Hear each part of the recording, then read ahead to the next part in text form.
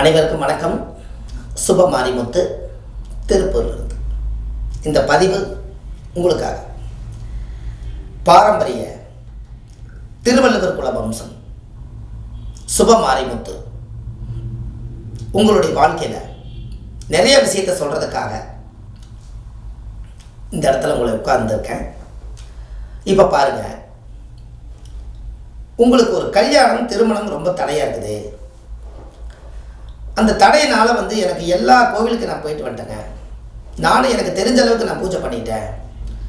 ஏன் இன்ன வரைக்கும் இந்த செவ்வாய் தோஷம் இருப்பவர்களுக்கு நிறைய பூஜை பண்ணி கூட எனக்கு திருமணம் நடக்க மாட்டேங்குதுன்னு நிறைய பேர் சொல்கிறாங்க. யார் சொல்கிறாங்க? திருமணம் ஆகாதவங்க நம்மக்கிட்ட கூப்பிட்டு சொல்கிறாங்க. அப்போ அதுக்கு ஏதாவது நம்ம ஒரு பரிகாரம் செய்யணும் அல்லவா?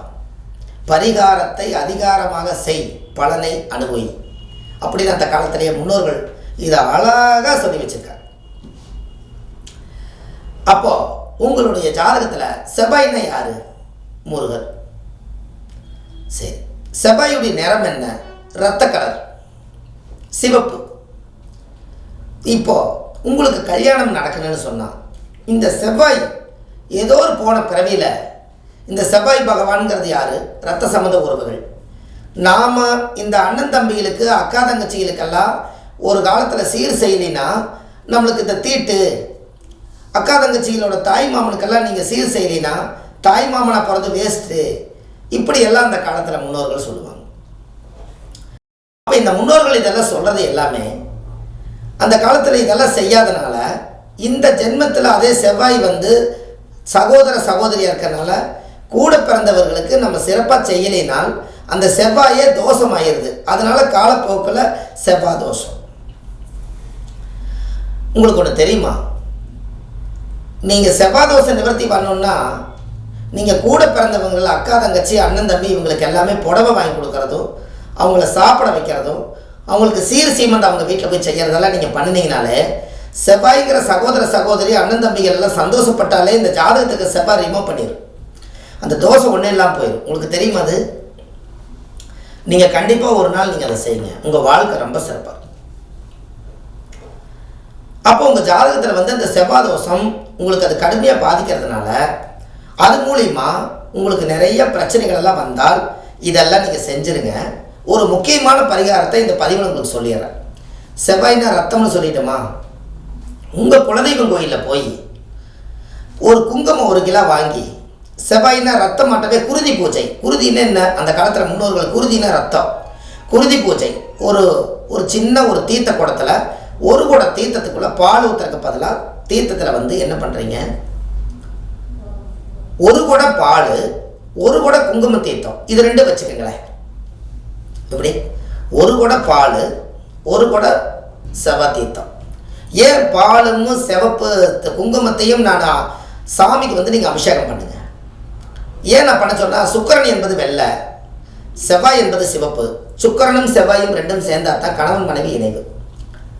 இது 2ம் அமாவாசையோ அல்லது பௌர்ணமிக்கோ உங்கள் குலதெய்வம் கோயிலில் போய் சாமிக்கு தேங்காய் பழம், பூமாலை, கல்கண்டு வாங்கி அர்ச்சனை பண்ணி, சாமிக்கு செவ்வரளி மாலையும் மல்லிகைப்பூ மாலையும், இந்த 2 மாலையும் சாமிக்கு சாத்தி, அதுக்கு ஒரு வஸ்திர தானம் சிவப்பு வெள்ளை 2ம் கலந்த மாதிரி எடுத்து, இந்த சாமிக்கு முதல் அலங்காரம் செய்யறதுக்கு முன்னாடி முதல் இந்த சாமிக்கு செவ்வாயும் சுக்கிரனை முதல்ல சிவப்பை ஊற்ற சொல்லி, அதுக்கப்புறம் பாலை ஊற்ற சொல்லி, தேங்காவில் உடைச்சி வச்சு சாமி கும்பிட்டு உங்கள் ஜாதகத்தை சாமி பாதத்தில் வச்சு உங்கள் குலதெய்வம் கோயிலில் போய் மனசார எனக்கு திருமணம் நடக்கணும்.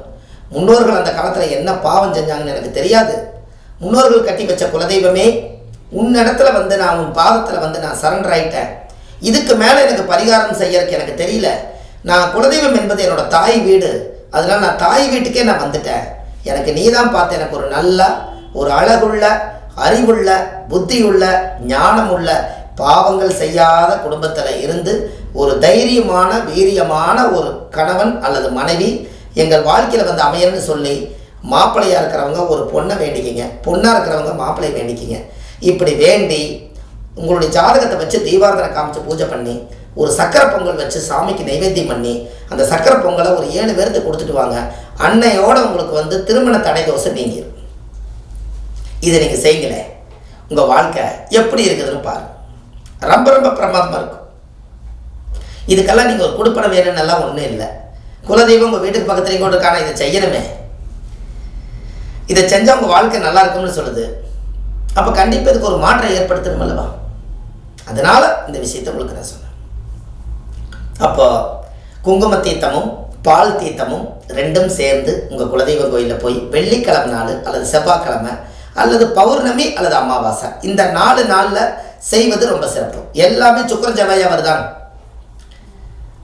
உங்களுக்கு எல்லாம் சுக்கர ஜவாயாவே வரும். கண்டிப்பாக இதை நீங்கள் செஞ்சு பாருங்கள், அருமையாக இருக்கும். இல்லை உங்கள் ஜென்ம நட்சத்திரத்தை வச்சுக்கோங்க, அதுக்கு எதுக்குமே 4 நட்சத்திரம் பார்க்க வேண்டாம்.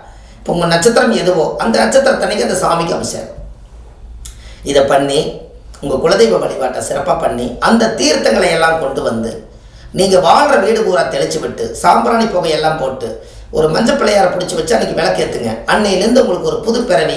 தெய்வத்துக்கு நீங்கள் பூஜை பண்ணிக்கிறீங்க, குலதெய்வம் உங்கள் வீட்டுக்கு வரப்போகுது, இன்றைக்கி நைட்டு வந்து தங்க போகுது. இதை நீங்கள் செய்யுங்க. உங்கள் வாழ்க்கை நல்லா வாழ்க்கை தங்குச்சுன்னா, குலதெய்வம் தங்குச்சுன்னா உங்கள் வாழ்க்கையும் தங்கிடும்.